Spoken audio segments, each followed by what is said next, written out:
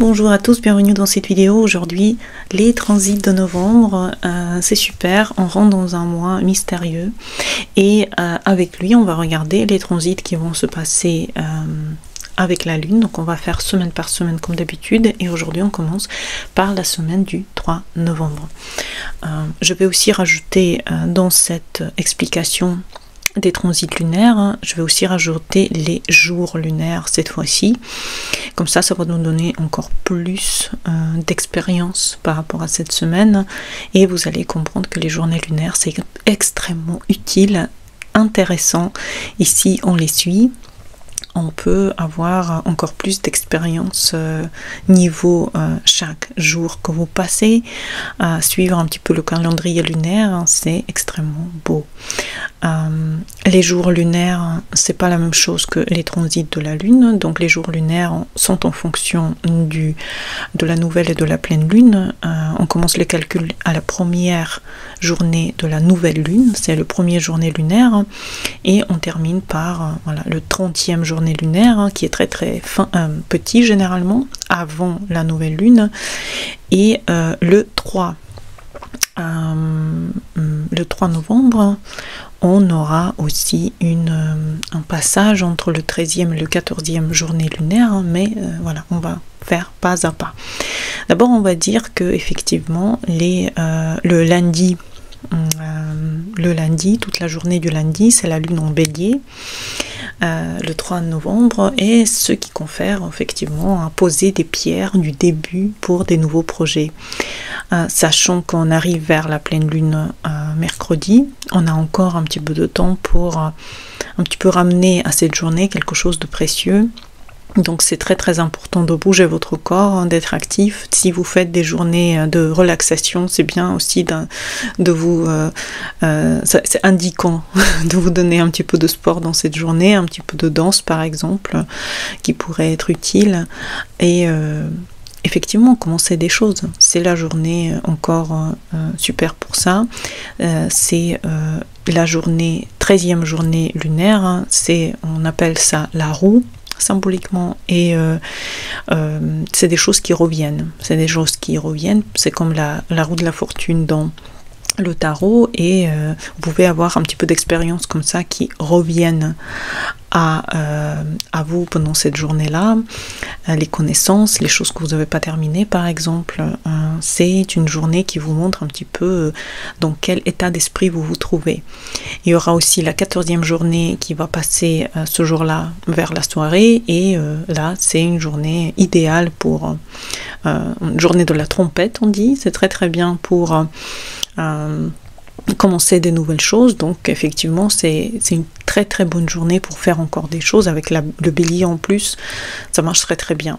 Mardi, bélier le matin, donc encore un peu d'action le matin que vous pouvez faire. En plus le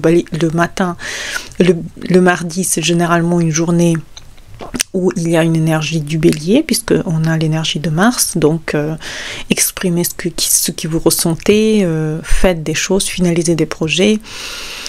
Et l'après-midi du mardi, la lune passe en taureau. Et enfin, on peut s'ancrer, notre énergie peut s'ancrer dans des nouvelles commencements que vous avez réalisés.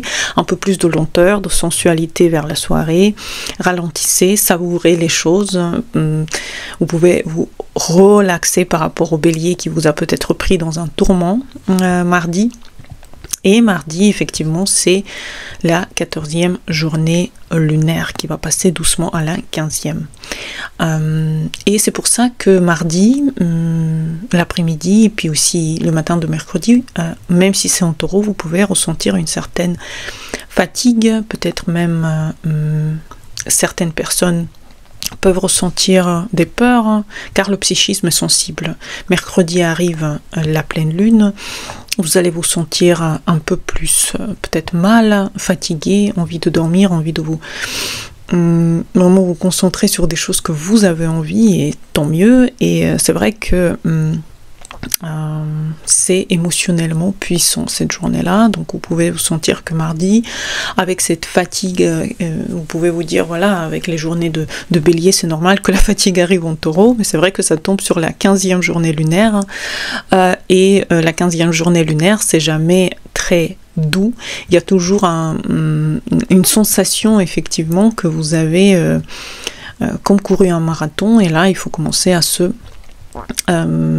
détendre un petit peu, puisque à un moment donné vous allez vous sentir épuisé, il faudra se reposer. À 13h mercredi arrive la pleine lune, et avec cette pleine lune, donc le 5 mercredi arrivera aussi la nouvelle journée. Mais avant ça, mardi avec le taureau, avec cet ancrage, et mercredi pareil, avec ces tâches quotidiennes concrètes que vous faites, avec les choses que vous cultivez. Par exemple la patience, vous pouvez aussi vous sentir qu'à cause de cette 15e journée lunaire avant la pleine lune, vous vous sentez voilà, un peu épuisé, peut-être un peu peureux, et c'est normal.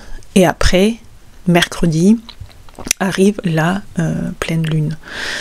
Et cette pleine lune peut et toujours symbolise ce passage vers la nouvelle journée lunaire, la 16e journée lunaire. C'est une très très belle journée lunaire, la journée du papillon, avec les énergies douces. On s'est purifié dans les énergies négatives entre mardi et mercredi, et là mercredi à partir de 13-14 heures, tout dépend où vous êtes niveau carte, mais à peu près à cette heure-là arrive la bonne énergie avec la 16e journée lunaire, la journée de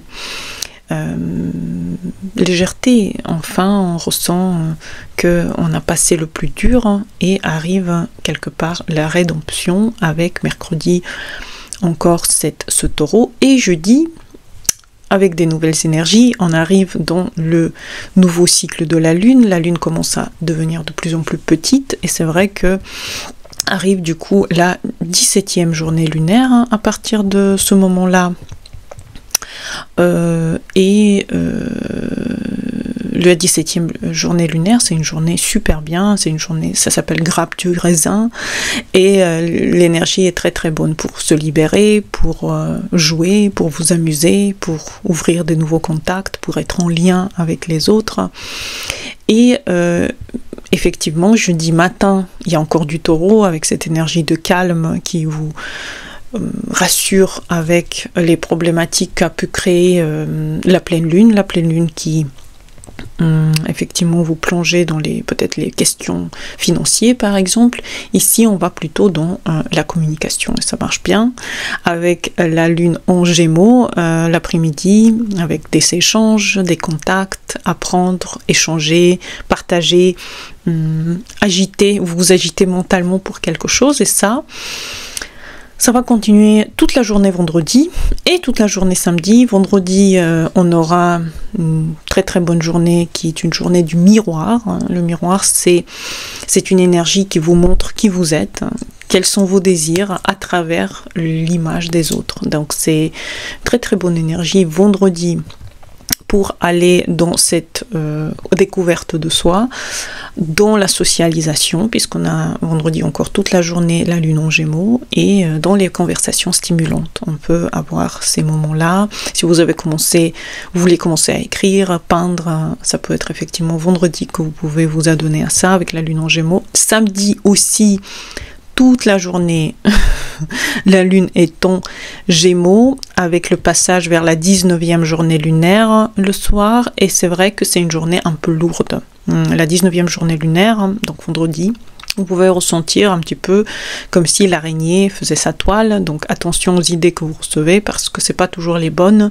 C'est peut-être une fatigue qui est justement à cause de cette semaine de pleine lune, mais une certaine pesanteur peut se sentir samedi, malgré le fait que encore vous avez la lune en Gémeaux. Donc faites les choses légères, observez les synchronicités, soyez en contact avec vous-même. Dimanche, la lune est en Cancer. La lune en Cancer, c'est un cocon, c'est un besoin de sécurité, d'émotion, donc plongez-vous dans une certaine nostalgie, cuisinez, allumez des bougies, retrouvez votre famille. Et en plus, du coup, dimanche, on aura la 20e journée lunaire. On va enfin sortir de la journée de l'araignée, on va rentrer dans la journée de l'aigle. Et c'est une journée pleine différents poids qui peuvent être déchargés si vous vous lancez dans des aventures où vous sortez, vous faites des choses. C'est un début spirituel aussi que vous pouvez faire si vous avez toujours voulu commencer la spiritualité. C'est super, dimanche ça confère à ça, avec le cancer, avec la profondeur, avec la 20e journée lunaire. Vous pouvez faire ce que vous aimez, vous pouvez faire votre nid pour créer une famille, vous pouvez tisser des liens avec les autres, ou vous pouvez faire des gros plans. C'est comme vous voulez, c'est une très très bonne journée. Donc j'espère que ce rajout des lunes, des journées lunaires vous plaît.